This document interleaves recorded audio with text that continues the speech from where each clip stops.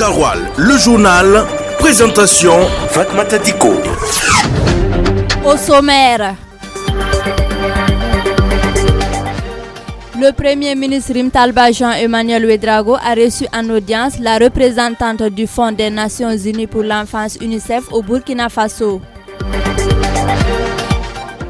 Dans un communiqué, le CSC enjoint à la société Canal Plus Burkina de respecter ses engagements. Des détails à suivre. Mesdames et messieurs, c'était le sommaire de ce soir info sur la radio Kaoural. Bonsoir et bienvenue.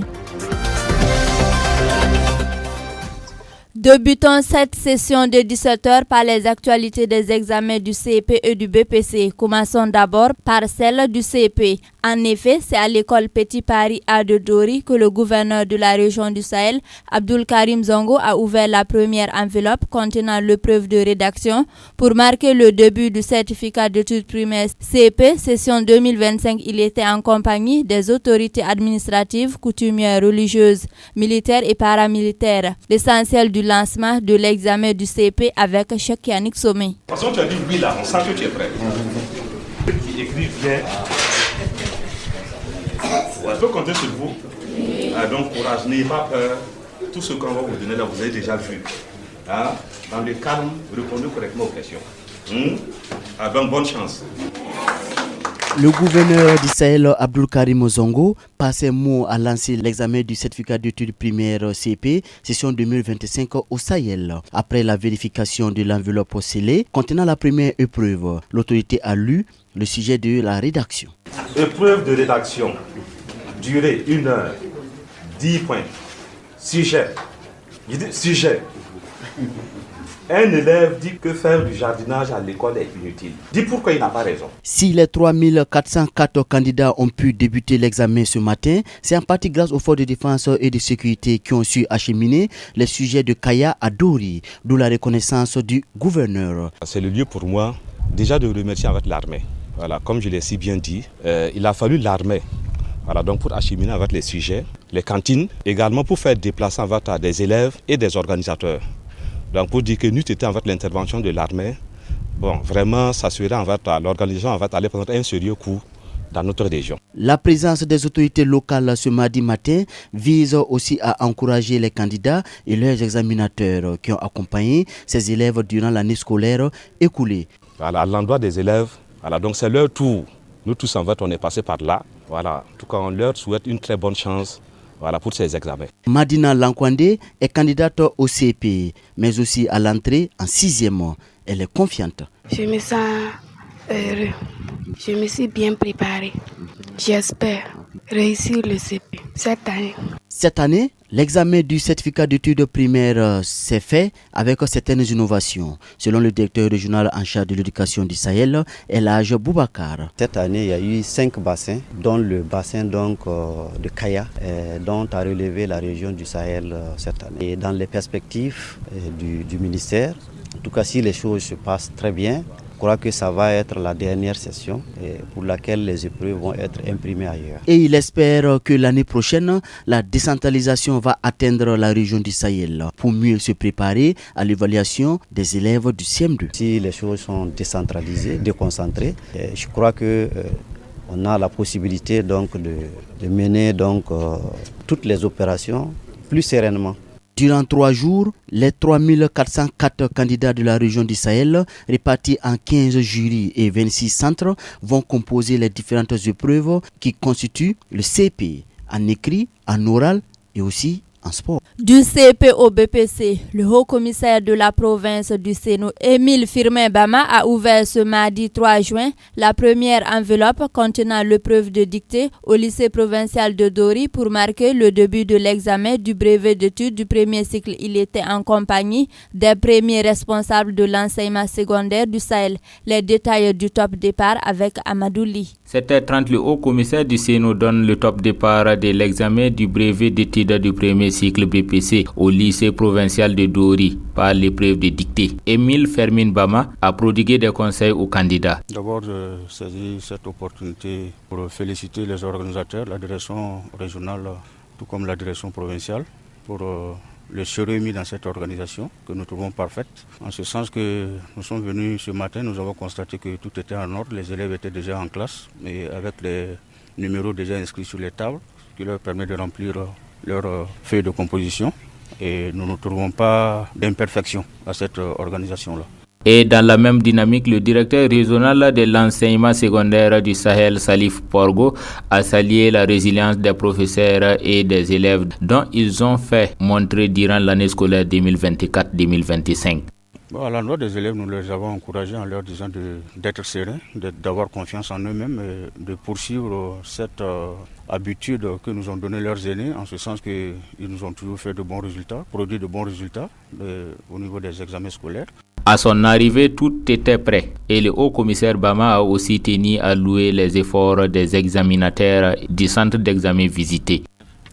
Le message, c'est surtout un message d'encouragement, des félicitations aussi pour le travail qu'ils ont pu abattre durant les 8 mois de l'année scolaire dans des conditions souvent pas faciles.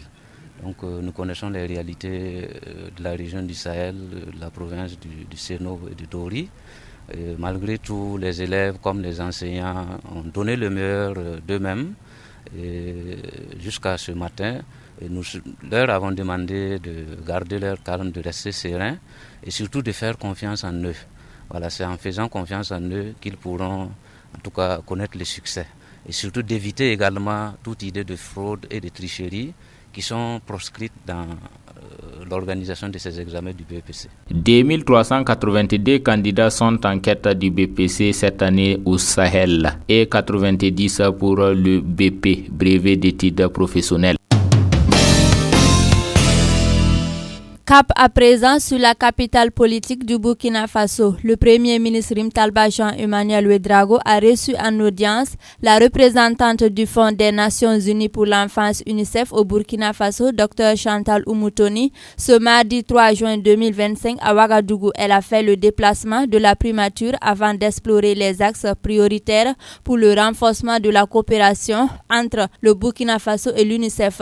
Écoutons le discours de la représentante de l'UNICEF avec le service d'information du gouvernement SIG. Je suis venu voir le Premier ministre pour lui présenter mes salutations parce que je viens à peine d'arriver au Burkina Faso. Je suis un nouvel représentant de l'UNICEF.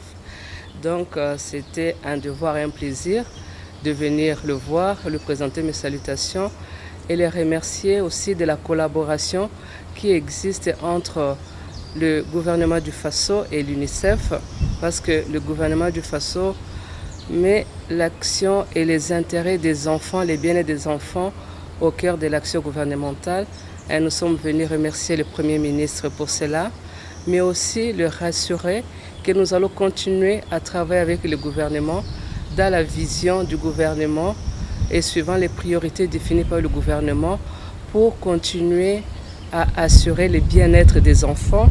Restons toujours dans le registre de la coopération pour évoquer ce mémorandum d'entente signé Burkina Faso et République du Kazakhstan. En effet, ce mardi 3 juin 2025, dans le cadre de la diversification des partenaires et des partenariats du Burkina Faso, le ministre des Affaires étrangères, de la coopération régionale et des Burkinabés de l'extérieur est parti en visite d'amitié et de travail en République du Kazakhstan. À cette occasion, il a rencontré son homologue du Kazakhstan. Le point des échanges avec Mamoudou Diallo. La séance de travail avec Karamogo Jean-Marie Traoré, ministre en charge des Affaires étrangères du Burkina Faso, et le vice-premier ministre, ministre des Affaires étrangères du Kazakhstan, Murat Nourteli, a été sanctionné par un mémorandum. En procédant à sa signature, les deux ministres en charge des Affaires étrangères renforcent les consultations bilatérales qui permettra dans un futur proche la signature d'un accord cadre de coopération qui va fixer le champ global du partenariat entre le Burkina Faso et le Kazakhstan. Avant cet accord cadre, c'est le mémorandum qui sert d'instrument qui organise les relations entre les ministères des Affaires étrangères des deux pays et qui fixe les principes des échanges qui vont s'instaurer entre les deux départements. C'est aussi ce document qui permettra d'organiser le travail du futur